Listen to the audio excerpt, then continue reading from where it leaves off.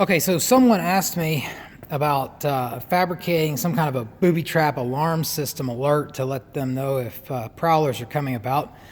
What their goal is to basically make a noisemaker, and there are several devices like this available to buy online in the $20 to $25 per each range. And I thought, well, let's see if we can come up with something that might be a little bit cheaper, a lot cheaper, but also more importantly than that is readily available. Like if you've got problems, you think prowlers can come around your place tonight because maybe you're having some problems with all this panic virus crap going on.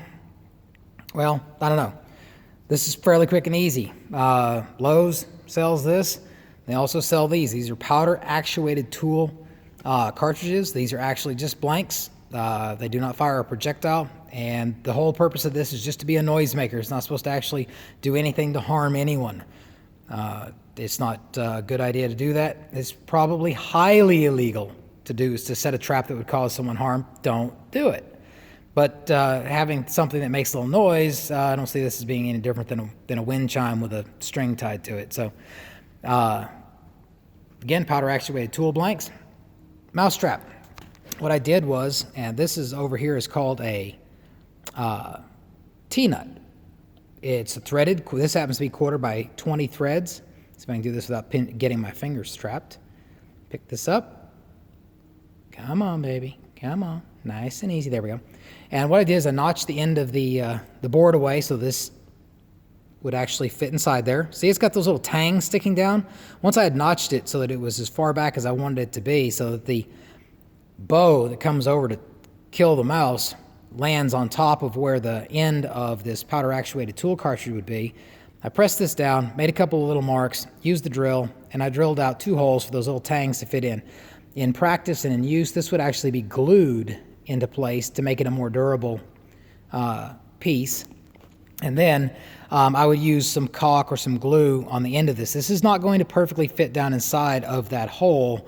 It's going to ride above it quite a bit. So putting a little glue on it for this then to be put into like a vertical installation would be a very good idea. Notice that what I've also done is I have cut away the trip pad on this thing so that it won't ride on top of the powder actuated tool cartridge, preventing it from being tripped. Notice there's a piece of thread tied around that, and what that is, I lined up a hole underneath of it. Come on, sweetheart, work for me. There you go. And I've got a thread then that comes out of the bottom to then trip it, and then what I'll do is I'll step back over here. There's the bobbin that this is tied to. I use this for tying igniters. That's actually for fly tying. And I'll be able to step back and pull this because I don't want to be really close to this when this goes off. Notice that safety glasses, earplugs, just in case this actually works. So now the last thing I'm going to do is I'm going to drop this very carefully into that hole. I don't want to disturb anything and have this go off anywhere near the darn thing. If you're worried about the trigger being too soft, should this work, you could wedge a piece of styrofoam peanut, a little bit of foam, a pool of foam noodle, a chunk out of your Crocs. I know you have Crocs, don't lie. You could put something under there to make this a little more difficult. Just make sure that thread's beefy enough to be able to pull strongly enough to overcome the resistance, and you could actually increase the trigger strength on this so that light breezes and whatnot won't accidentally trigger your tripwire.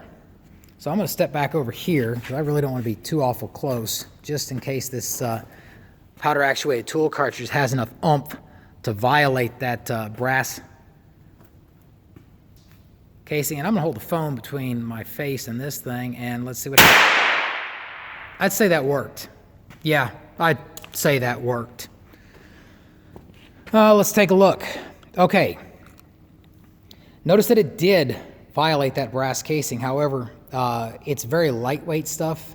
If you had this, just keep that in mind. I'm not sure how, I don't think that this is illegal.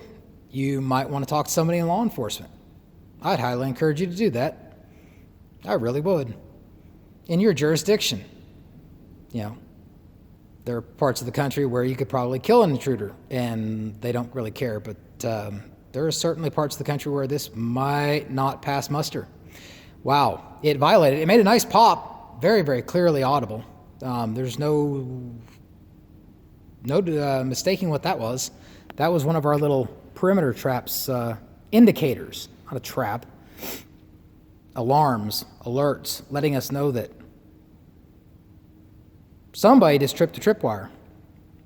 Again, this might be a really good idea, or it might be a really good idea to go to your local law enforcement office and let them watch this video and have them weigh in on whether or not you should do anything like this. I don't think that would throw enough shrapnel to actually do anything. It's really lightweight brass, but that's not really my place to say that. Anyway, put a little glue on that steel piece and then put a little glue on that blank, and it should stay in place. And there's a relatively inexpensive, and you can go to the store and buy the stuff to make this right now instead of having to wait for $20 to $25 items to show up from wherever the heck those things come from. Anyway, be safe and keep it legal. Bye.